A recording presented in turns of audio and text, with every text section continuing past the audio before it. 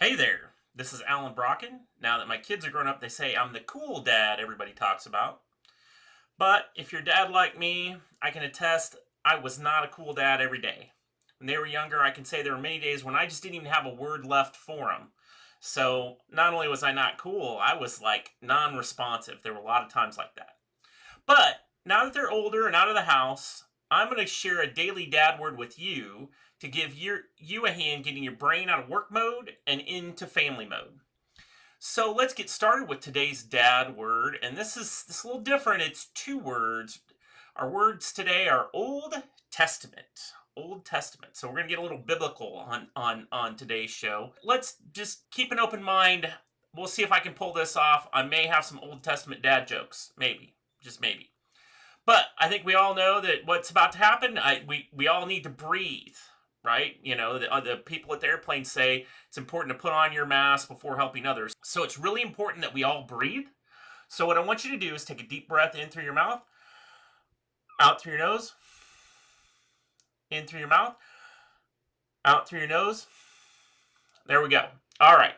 So I think, one of the things to think about for this week is we want to keep breathing. Obviously, got to keep breathing to clean out the brain and get you into your new mode. We're in transition from work to home. As a Christian, I believe the Holy Spirit's super instrumental in helping us move forward in life.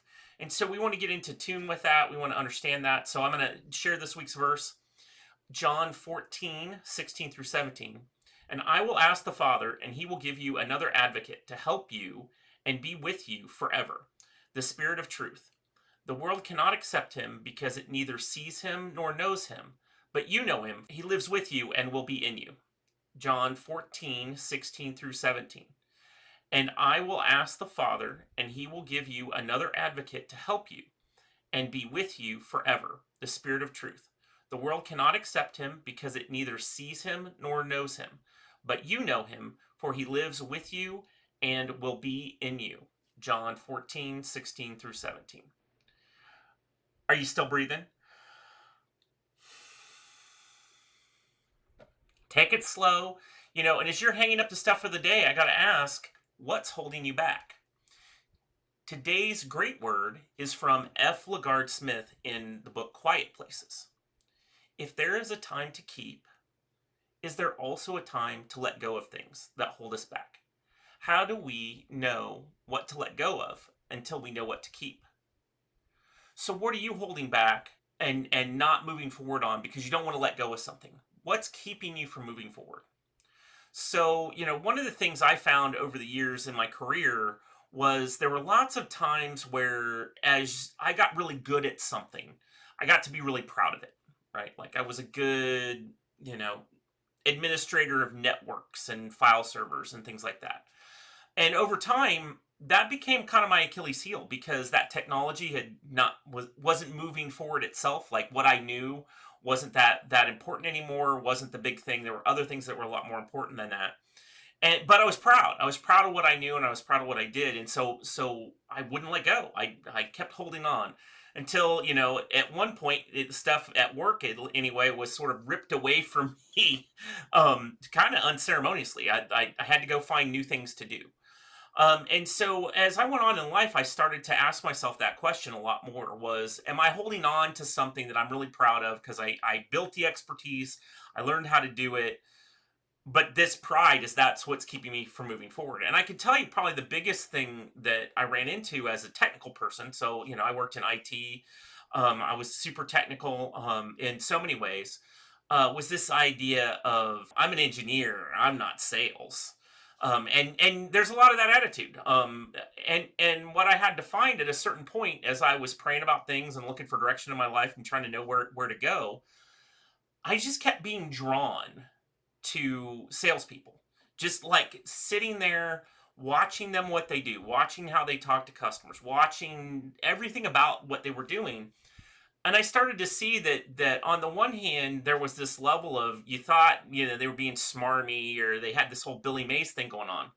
But at the end of the day, the ones I knew that were good and ethical, they really cared about people. Their whole thing was they were trying to find the right solution for the right person in the right way. And so as I got to understand that and learn more, God just kept nudging me into getting training in sales and kind of overcoming that pride that, yes, I'd learned a lot and I was very technical and I could do these things, but it was actually a stretch for me to try to sell stuff, and that was somewhere where I should go next. And so I really kind of account the nudges of the Holy Spirit to get me into sales and eventually into the kind of work I'm doing now. And so I got to ask you, what are you holding on to? What bit of pride have you, really grabbed onto that I'm this and not that, that's keeping you maybe from taking that step into the next thing to move forward? Need to talk it out? Why don't you join us on Facebook in the Daily Dad Words discussion group? There's a link in the description. Are you still breathing? So, hey, we've got a great couple of kids on today's show, Brianna and Ashley Wong. And, they were looking at ways to help other kids, right? What was holding them back was money. They just didn't have the money to do what they wanted to do. And they really wanted to help some kids in other countries. They learned from this catalog that there was a way to buy eggs from ducks and chickens to provide protein and vital nutrients to families around the world without enough food. And so when they shook their piggy bank, they couldn't find what they wanted, but they realized that they had a skill. And so what they did was they started making bracelets and eventually some other products and used that money to donate to organizations that fed people across the world. So far, they've raised over $10,000 and have donated to Heifer International, World Vision, Compassion International, No Kid Go Hungry, etc. And they just really want to make a difference in the world. So they didn't let the fact that they didn't have money keep them down. They took the time to figure out a way they could help out with what was around the house. And so if you want to learn more about Brianna and Ashley Wong, there are links in the description. But I also got to ask, do you know an inspiring kid with a great attitude, solving big problems, or helping others? Use the contact form at dailydadword.com to tell us about this, and we'll feature their story and help promote their cause. Are you still breathing? So I gotta say, the breathing thing, it's important. We all need to do it. And sometimes the best way to breathe is with a little laugh. So I got a couple of Old Testament jokes for you today. So which Bible character was the best musician? Samson.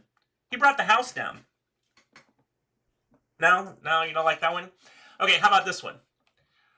What did Daniel tell his real estate agent? I'd prefer a house without a den. No, you don't like that? All right. Well, what I want you to do, dads, is you come up with your own dad joke about the Old Testament. Maybe find a story in the Old Testament that's a good joke, and share that with your family.